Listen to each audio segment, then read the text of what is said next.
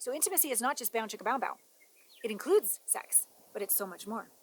And the foundation of all of that connection of intimacy is bravery, transparency, vulnerability, honesty. And if we can't be with our own self vulnerably and honestly, sit in our own fire and not push our own little you away and, be cruel to ourselves, if we can't do that on the inside, there's no hope in hell we're going to be able to do that with our partner.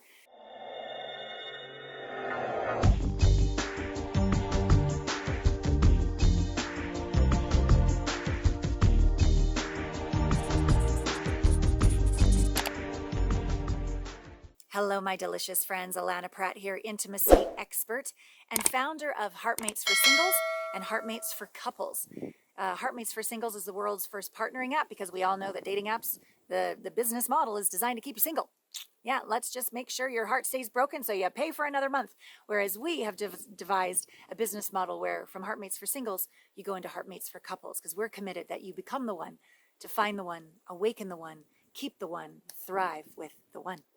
This is a playground, a journey of self-love and intimate connection. And so a lot of couples these days have been coming to me. I've been coaching for over 20 years, women, men, and in the last year or two, I've been coaching a lot of couples who really want to bring intimacy back and don't know how to do so because we can't create on top of an emotional trauma or trigger or an affair or betrayal or unkindness. We can't create on top of that. We have to heal that. I call it sprinkles on top of the ice cream cone of shit. It don't work. It's still stinky. So we need to do the work. And a lot of times couples have this, they try to communicate, but they just can't seem to get past this one or two or three fights where they just can't get on the same page. And so when I work with couples, I do individual work and couples work. And when we get to the actual intimacy part, it's because each person has healed their own trauma. Each person has taken total responsibility for their part, even though what the other person did, we're not condoning that. But continuing to blame them is not going to get us anywhere. So it's total ownership of their part in what's been going on. It's clarity and even what I would call like delight and inspiration about what would really turn them on about their relationship. Not, well, here's how we are and here's how it could get better. It's sort of like rearranging the furniture, okay? I'm saying like create a whole new house, a whole new universe. Like let go of that and just dream. And you can't dream when you're afraid. You can't dream when you're holding a grudge. You can't dream when you're afraid to say something and they're going to make you wrong or ignore you or criticize you, etc. It's a process. But once you get to this place about what would delight you, and you do your best to share that with your partner without worrying about being on alignment or in agreement with everything. Because let's think about it. Is it possible for two separate, unique individuals to agree on everything? That would be crazy. That doesn't even make any sense. That's not even logical. So there's going to be things that you don't agree on. And that's okay. That's normal. And so when we bring up an idea, we need to practice the bravery of speaking our truth.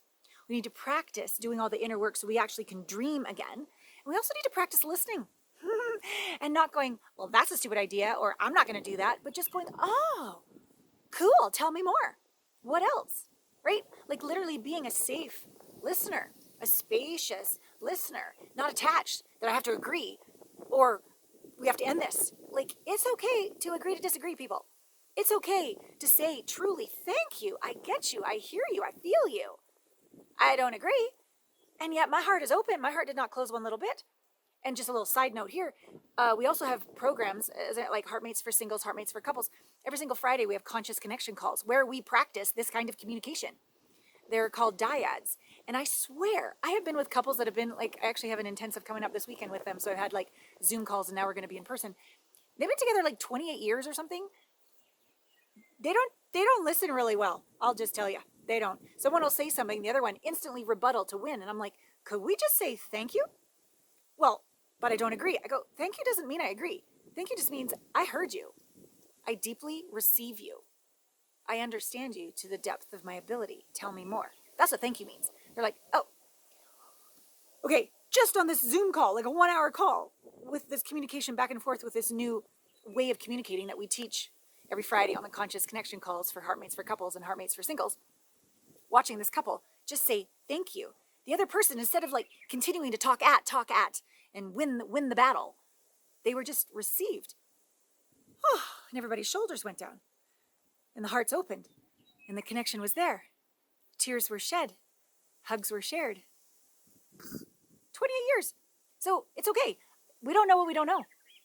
And we can't often get out of our own way. So that's why I've created this online program, why I coach and have the honor and privilege of doing VIPs with amazing couples to get them back on the same page. Like I'm a midwife, I suppose, of this. So back to the intimacy in a marriage, like how do you get that going again? So intimacy is not just bow chicka bow bow. It includes sex, but it's so much more.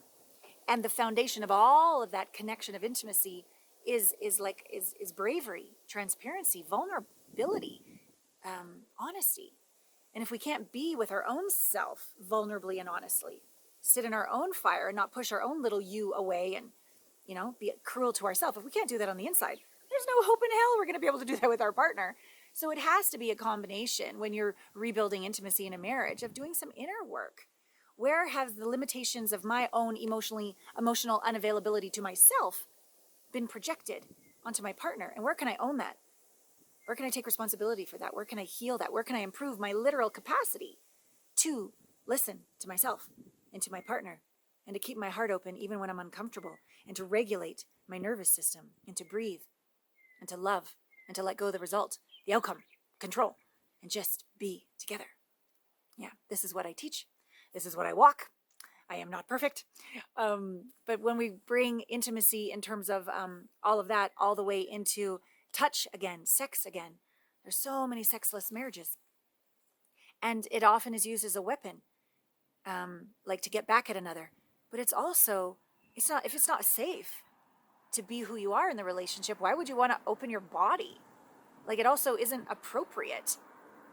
It's almost like a prostituting energy archetype to give your body when you don't feel honored, safe, or adored, right? So it's very valid that some marriages get to this place where there's no sex. So how do we bring it back? We don't go from 0 to 60, people, okay? We build slow from the inside out. So I literally had another VIP last weekend with a couple, and bringing sexuality back into their relationship. We did all the steps that I've gone through in this video so far. And in terms of the touch, I gave them like a 21-day, which is reminding me I need to send it to them. I didn't send it to them yet. So thanks for my little brain farts happening on this video. Okay, so the 21 days of intimacy. We start with day 1 just holding hands. You create little containers, safe containers every single day that you can win at, where you know where the boundaries are, where you can feel safe, where you can put your walls down, where you can open your heart up. You can be real, and you can experience growth, evolution, winning upon winning. Everything builds upon each other. So like day 1 is just like hold hands. Just hold hands. That's it. You want to do more? Too bad, so sad. Just holding hands. And allow that to feel safe and good and kind and connected. And then, of course, we build, and maybe midway, it's just a day of pleasure just for her, just a day of pleasure just for him, or just an hour just for her, just for him, whatever it is. The next day, you switch. You can get all the way in the last 21 days into areas of fantasy and eroticism and BDSM or whatever it is that turns you on that you haven't up till now had the safety, courage, and capacity to communicate about. And what I find is when we grow a little bit every single day, you can devise this for yourself. With safe containers that you both honor and agree to, trust is restored. Respect is raised. You're on the same wavelength again. And again, just like before I said, you don't have to agree on everything. You can have a day where you're just really not into it, but you're just willing. You're just willing to explore with your partner just for like 30 minutes. That's it. Doesn't mean you'll ever have to do it again, but at least you're willing. Okay? It's like a gift from the overflow. Okay? If you're a staunch no, have your boundaries, obviously. But a lot of times it's just that we're scared of being rejected and we don't feel safe to explore. But if the safety's there and the honor is there and the communication is there, even if you try it and don't like it and laugh the whole time, you are building goodwill and honor and respect and connection, which is intimacy, okay? So I have lots more to share on this. If you're a couple that are like, you know what? She's a little weird, a little different. She's a little outside the box. We like her.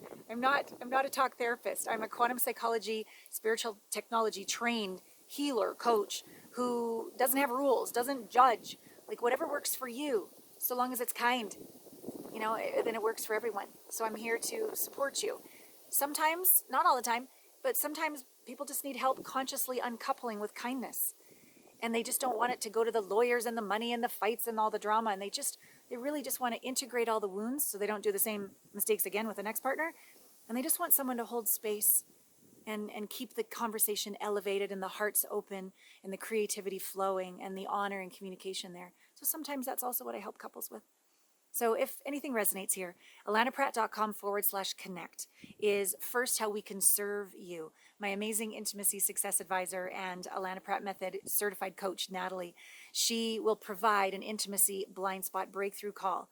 It's an amazing value where you really get to the core issue of what's really running the show, what's really going on. Because if we could all figured it out, we'd all have already fixed it, healed it, changed it, shifted it, and we'd be fine. I can't see my blind spots either. Neither can Natalie. So she tells me mine, I tell her hers. We're a good pair that way. But anyways, this would be a great way to explore if we are a fit to work together. I've got group coaching, I've got private coaching, I've got VIP coaching, and as I said before, we've got Heartmates for singles, Heartmates for couples. So lots of ways to serve you. So Heartmates.app is for the app for the dating and intimacy training. Going to allanapratt.com under Coach with Allana, go down there and you'll find Heartmates for couples. Or if you'd like to have the opportunity to potentially work together, then go to allanapratt.com/connect and speak with Natalie. And let's see if we are a fit to get you where you want to go and beyond. Humongous love.